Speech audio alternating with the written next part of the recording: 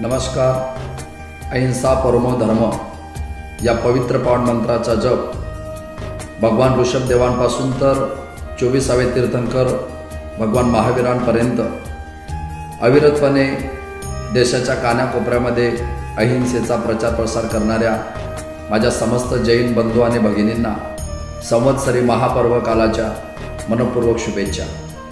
खरं म्हणजे भगवान ऋषभदेवांनी आपल्या पवित्र काल तपश्चर्येच्या माध्यमातून अहिंसेच्या मार्गाचा अवलंबन करून सर्व ठिकाणी अहिंसा परमो धर्म या पवित्र पावन मंत्राचा जप आपल्याला दिला।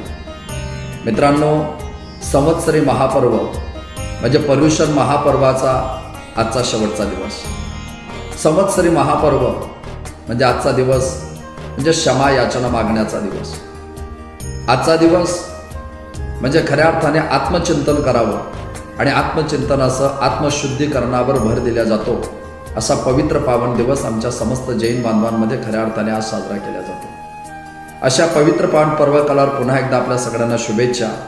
थोर विचारवंत आपल्या सर्वांचे आधुनिक राष्ट्रसंत तरुण सागरचे सांगतात, जिंदगी कुछ इस तरह जीने का ढंग पा लिया मैंने, जिंदगी कुछ इस तरह जीने का ढंग पा लिया मैंने, किसी को माफ़ किया तो किसी से माफ़ी मांग ली मैंने, हा जीने का ढंग पा लिया मैंने।